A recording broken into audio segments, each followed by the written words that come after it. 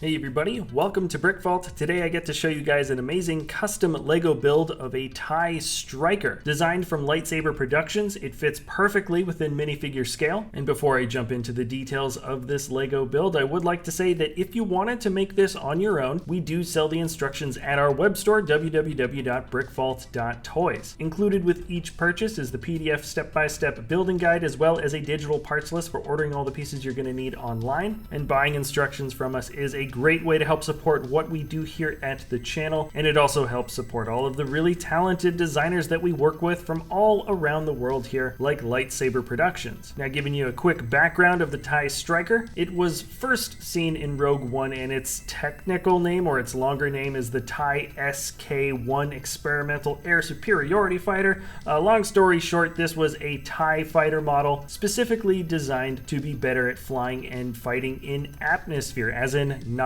in space, but in the atmosphere of any type of planet. So just like the U-Wing model, this was a pretty convenient way for the writers to add in a new Star Wars ship to a very well-established timeline within the pre-existing universe. Personally, I think it's got a pretty awesome design, and it fits well within the long-standing established line of other TIE models. But anyways, that's enough for a backstory on this ship. What I like to do with these episodes is really take a deep dive into the actual model itself and focus on the unique building designs and techniques that were used that really make this a special model. So starting off with the dimensions, it is 17 inches long or 43 centimeters, 10 inches wide, 25 centimeters, and 4.5 inches high, 11 centimeters. We're lucky enough to have the original TIE Striker Lego set with us before we completely took it apart, and I gotta say the Lego set is actually pretty commendable. Play scale, as we call it, usually doesn't coincide very accurately with what exact minifigure scale is, but the set here isn't too bad. The wings are slightly shorter, and also the pod that is connected to the cockpit there is just a little bit wider and longer. Now, what a lot of you guys might be recognizing is that the primary build difference that you can see here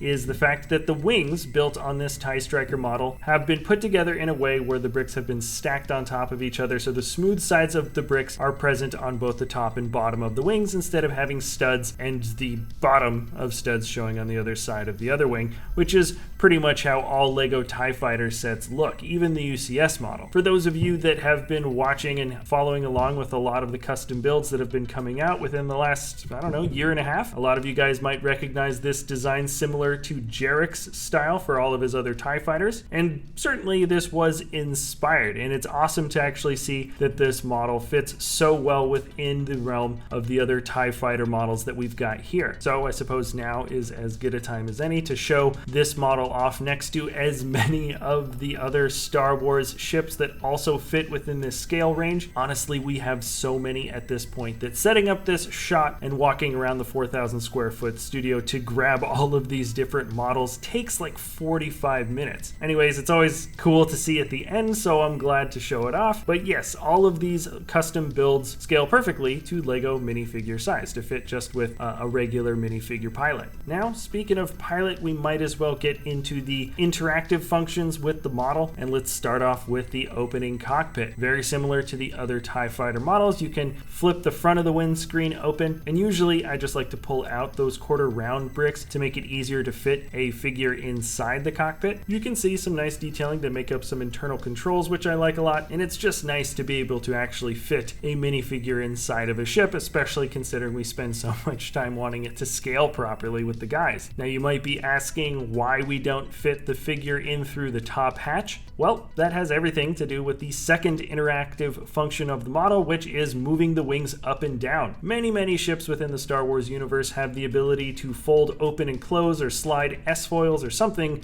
of that nature. And it's nice to see in the official description of this model that these are indeed in-atmosphere wings. Their specific purpose is to give them a speed advantage when fighting in atmosphere, and I have like a personal theory that the head of Blue Squadron, Antok Merrick, was not used to fighting the TIE strikers, and perhaps that's the reason why he was taken out in the Battle of Scarif. I didn't do a ton of research, who knows, maybe he fought these guys other times, but that's just my personal opinion. But anyway, sorry, getting back to the model itself, long story short, you open up the top hatch where normally the figure would be going in and out, like how a pilot would actually enter and leave this ship, but instead you can see some gears. There is a key that also comes with this build that you can insert to make this function a little bit easier, and that actually raises and lowers the wings in any of these angles. It locks in place the moment you stop moving this gear. They're not going to slide in any direction. They are, I mean, really locked in place, which from a structural standpoint, I'm really happy about. Technically, within the universe, I think the wings really only went between these two different positions. In the movie, you don't really see the wings high above the cockpit, though on the Lego set, they can go pretty high, and in a lot of the artwork and even Battlefront and stuff like that, they actually go pretty high up. Either way, you got a ton of range when it comes to playing around with the angle of the wings here, which is really nice function. The designer spent a long time perfecting this. There's a very specific way to get this to work just right, and a lot of care went into the instructions to make sure nobody gets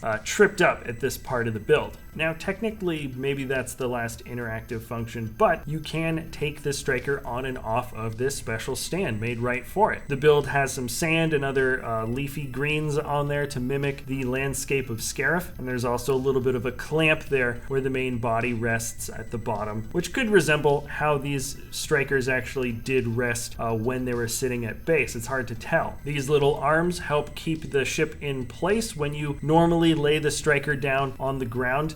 The front of the wings are relatively heavy, so the model just dips forward on its own. So the stand has a nice little bit of rubber tipped ends there that keep the wings perfectly flush. But now that we're here, we might as well get into the handling section of the model. For every custom Lego build that goes up in the web store, we make sure that they're at least easy to handle. They're not going to be as strong as maybe, let's say, a regular play set from Lego, but the striker here is relatively robust. And actually, now that I've got this thing on its belly, I'm just showing you some of the details while I've got it here. You can see Lightsaber Productions did a pretty darn good job making sure that even the very bottom belly details not only just look kind of fleshed out and nice, but they're actually relatively accurate as to how the bottom of the striker looks in universe. Makes it great for posing in dioramas, and similar to how Jarek's TIE Fighter models look, those gun details are always slightly loose in the front, but in general, this bottom body looks like a pill, and it is built like a block. It's not going to break away in any way, really. Now, when you flip it back over to the other side, technically, you can hold it by the wings, though I wouldn't recommend it. Every now and then, I feel like some of the top bricks kind of separate. The wings actually can't really break off. I've never actually broken them off, but some of the bricks at the top have separated,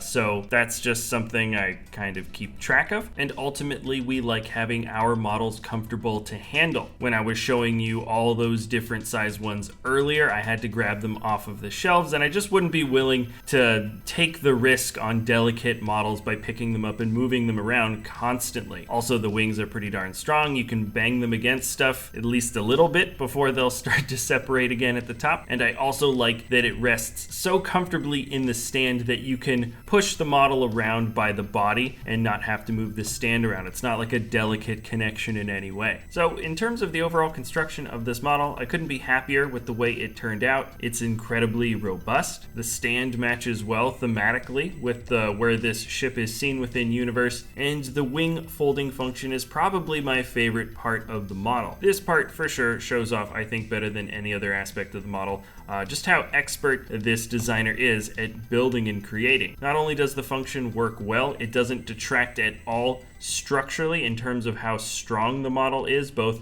in terms of the cylindrical area and the connection to the wings. Plus, it is 100% hidden from sight. That is simply just not an easy thing to pull off any way you look at it, and I think it works incredibly well. As far as I know, that's everything I want to say about this model. Everybody, thank you so much for hanging out in this video for this long. If you have any ideas about another type of Lego build you'd like to see us make in the future, please let us know in the comments below. And of course, if you did want to build this for yourself, the instructions can be found at our web store and they're linked in the description below. Thanks so much for watching, everybody, and we'll see you next time at BrickVault.